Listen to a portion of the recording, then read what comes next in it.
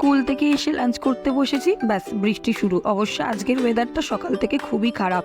আর আমাদের বাড়ির সামনের অবস্থাটা দেখো, মানে একটু বৃষ্টি হলেই জলে জলমগ্ন। ওই যে আমার স্কুটি দাঁড়িয়ে আছে, তো ভাবলাম হয়তো বৃষ্টি থেমে যাবে, তাই আমি ক্লাস করাতে চলে যেতে পারবো, কিন্তু এই যা অবস্থা, মনে হয় না আজকে আর যেতে পারবো বলে। তাই সব ক্লাসকে আজকে ছুটি দিয়ে দিলাম, কারণ এই যা অবস্থা দেখছি মনে হয় না আজকে থামবে বলে। আর যদি আমি বেরিয়েও যাই, ফিরতে খুবই অসুবিধা হয়ে যাবে, কারণ এই জলটা আরো বাড়বে। তো আমি আর এদিক ওদিক না ভেবে সোজা দিলাম একটা ঘুম, আর ঘুম থেকে উঠেই মায়ের জন্য চা বসিয়ে দিলাম। আর একদিকে আমি যেহেতু দুধ চা খাই, তাই দুধটা গরম করতে দিয়ে দিলাম। তো মায়ের এখানে গ্রিন টি একদম রেডি।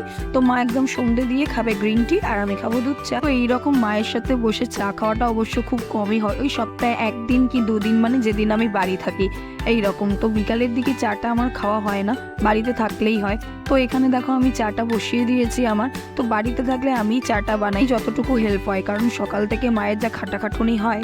আর এদিকে দেখো নিয়ে চলে এসেছি বিস্কিট আর তার সাথে চা। তো চা খেয়ে ডিরেক্ট চলে এসেছি রান্নাঘরে। তো মাকে বললাম আজকে রুটিটা আমি বানাবো, দেখি তোমার মতো নরম আর ফুলো ফুলো রুটি করতে পারি কিনা। এই রুটি করাটা কিন্তু মাই আমাকে হাতে ধরে শিখিয়েছে।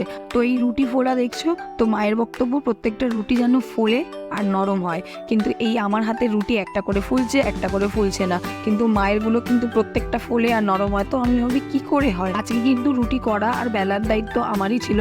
মা যদিও বলছিল চলো আমি কটা বেলে দিই, কিন্তু না, আমি বলেছিলাম যে সবটাই আমিই করবো। তো বিয়ের প্রথম দিকে আমি একবার এরকম একাই রুটি বানিয়েছিলাম। তো সেদিনকে মা ছিল না বাড়িতে, ভেবেছিলাম সারপ্রাইজ দেবো। সে তো আর সারপ্রাইজ তো দেওয়া হলো না, উল্টে মায়ের খাটুনি আরও বাড়িয়ে দিয়েছিলাম। তো মাকে আবার এসে রুটি বানাতে হয়েছিল।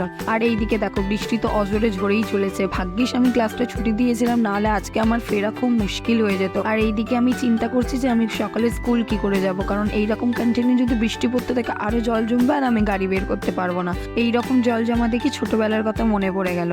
তো বাড়ির সামনে জল জমলে বেশ মজা লাগতো। আমি আর দিদি কাগজের নৌকা তৈরি করে জলে ভাসিয়ে দিতাম, আর দেখতে থাকতাম কত দূর বয়ে যাচ্ছে।